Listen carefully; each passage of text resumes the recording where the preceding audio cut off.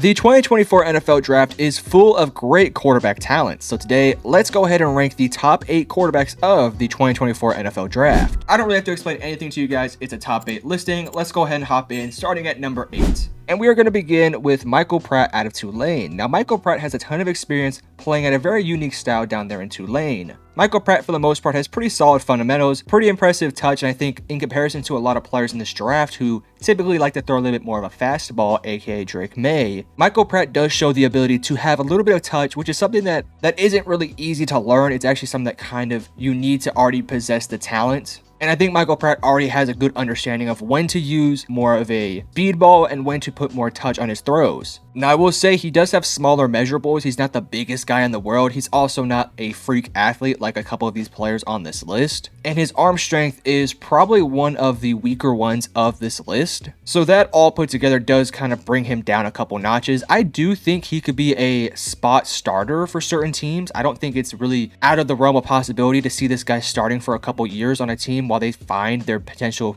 franchise quarterback. He kind of reminds me a tad bit of like a Mac Jones, Gardner Minshew like player, somebody who will have a couple successful seasons in the NFL but really should never be your long-term starter. With that being said, I could also see a world where he does end up working out because he does generally have some good talent to where maybe at some point he could garner a starting spot in the NFL. To me, he is probably best taken in the 3rd round, but I think he could even be taken in the 4th or late 2nd, so just keep an eye on him when it comes down to the NFL draft. At number 7, we have Spencer Rattler, somebody who, had he come out last year, probably would not have been taken, but after a pretty impressive year at South Carolina, it has definitely moved him up the boards. He is a very talented player who already has very solid fundamentals and very good pocket presence, especially when you compare it to some of the players on this list. The arm talent is there. I wouldn't necessarily say it's some of the best we have in this draft, but it definitely is adequate enough to get the job done. For him, everything post-snap is really where the issues begin. He does struggle sometimes with accuracy, as well as spotting out coverage when the snap is made, but those are things that can be taught from a very good quarterback coach, so I do think if he's put into a system where he can learn and develop, he could be someday a potential starter for a franchise. I view him as somebody who should be taken either round 2 or round 3, and I think he shouldn't necessarily be given the reins of the offense immediately. I think it should be gradually given to him if he is part of your long-term plan. At number 6, I have Bo Nix. Bo Nix possesses a lot of very good attributes that you would want in a quarterback. And by the way, the 7, 8, and 6, they all have like a wide spectrum of how I feel about them. Like, I think Bo Nix and everybody above him in this list could easily be first-round picks. I don't think Rattler or Pratt could be first-round picks at all. So even though Bo Nix is my 6th on this list, he could still be a first-round pick, and I would not be surprised. As I said, Bo Nix possesses a lot of attributes you want in your starting quarterback. He's really good with pre-snap reads. He plays very well under pressure.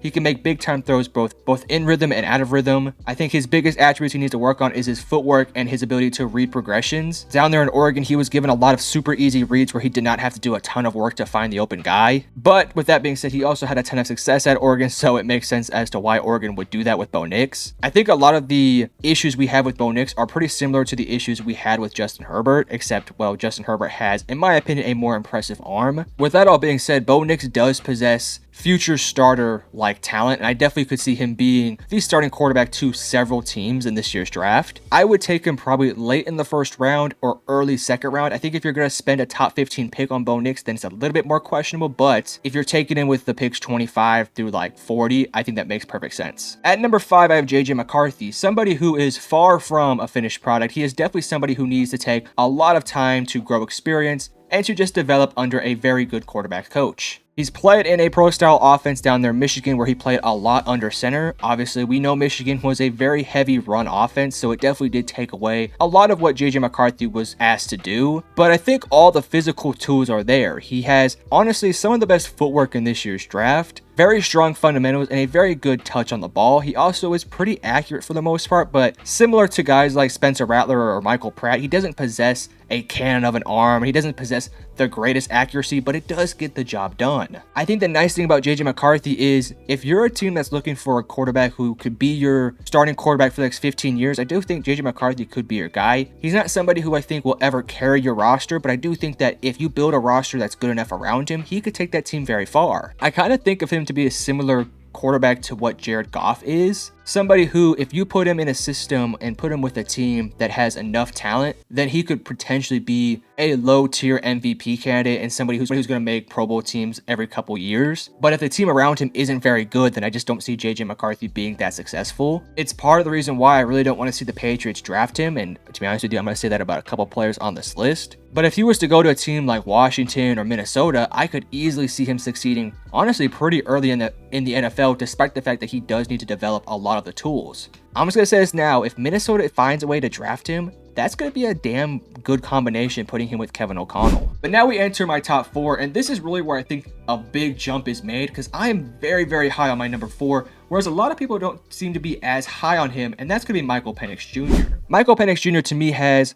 the 3rd best arm in this year's draft, only behind Caleb Williams and Drake May. His arm talent is fantastic, and he played in a spread out shotgun offense, which was a more of an air raid style offense where he was asked to make a lot of big level throws. His game against Texas really brought him a ton up my board because Texas has a very talented roster, especially defensively, and Michael Penix Jr. made them look like Swiss cheese. He was absolutely toasting those guys. Does he have some things he needs to work on? Yes, he definitely needs to clean up his footwork as well as his overall anticipation, especially when it comes to post-snap reads. But given he has a ton of experience, he does showcase a lot of the skills that I would want in an NFL quarterback. He plays with good enough anticipation that I think he could read defenses at a high level, especially when it comes to playing in the NFL under a really solid quarterback coach. He's extremely accurate, has extremely big amount of power, and I think if you put him in an offense like Seattle, I think he would success exponentially. In fact, Seattle, please take Michael Penix Jr. I think it'd be a great fit. Again, does he have things he needs to work on? Yes. View him as somebody who should be taken in the middle of the 1st round. I think if he's available in the 2nd round, great. I think any team would be happy to have him. At number 3, we have Jayden Daniels from LSU. I'm not as high on Jayden Daniels as a lot of other people are. I do view him as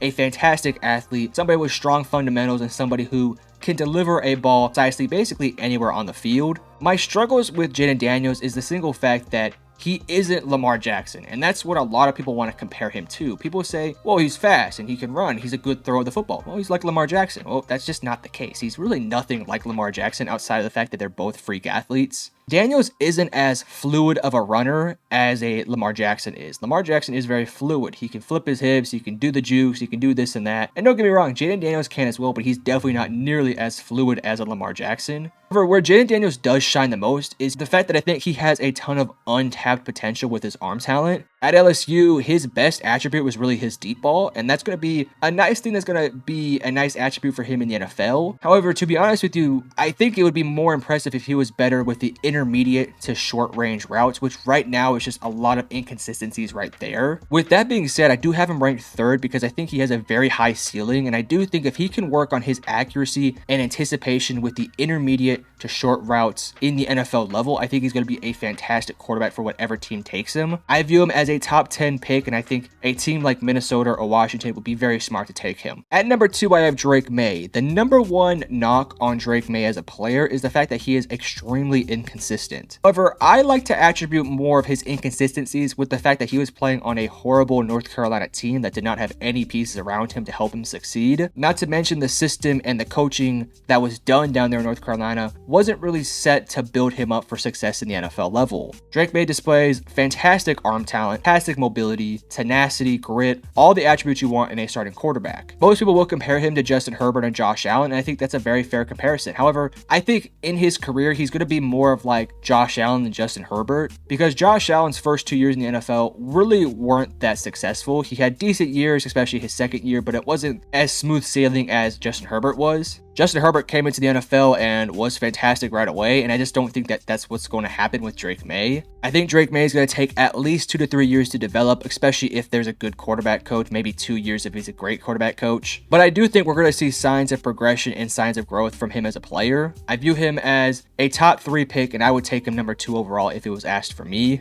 Again, arm talent, precision, athleticism, accuracy, it's there. It just needs to find some consistency. And no, I'm not too worried about the decision making. I think a lot of the decision making was him just kind of playing hero ball. And I think when it comes down to the NFL level, he's going to start making smarter decisions. But at number 1 is Caleb Williams. And to anyone who thinks he's not the number 1 quarterback in this year's draft, I just don't understand what your point would be made there. Caleb Williams is extremely talented. He plays good both in rhythm, out of rhythm, especially out of rhythm when he's making plays outside of the pocket. That's really where he stands out the most. He is sort of a culmination of what the modern day quarterback is like. However, he's very raw talented right now. Does he lack some inconsistencies with his accuracy and sometimes decision making? Yes, but he has that gunslinger like arm talent where he can make any throw at any time on any platform in any way. I think his pocket presence is extremely underrated, and I do think his footwork is also underrated. People like to say that the biggest reason they don't like Caleb Williams as a prospect is that he doesn't play football in rhythm at the same level that he does out of rhythm, and that's just not the case.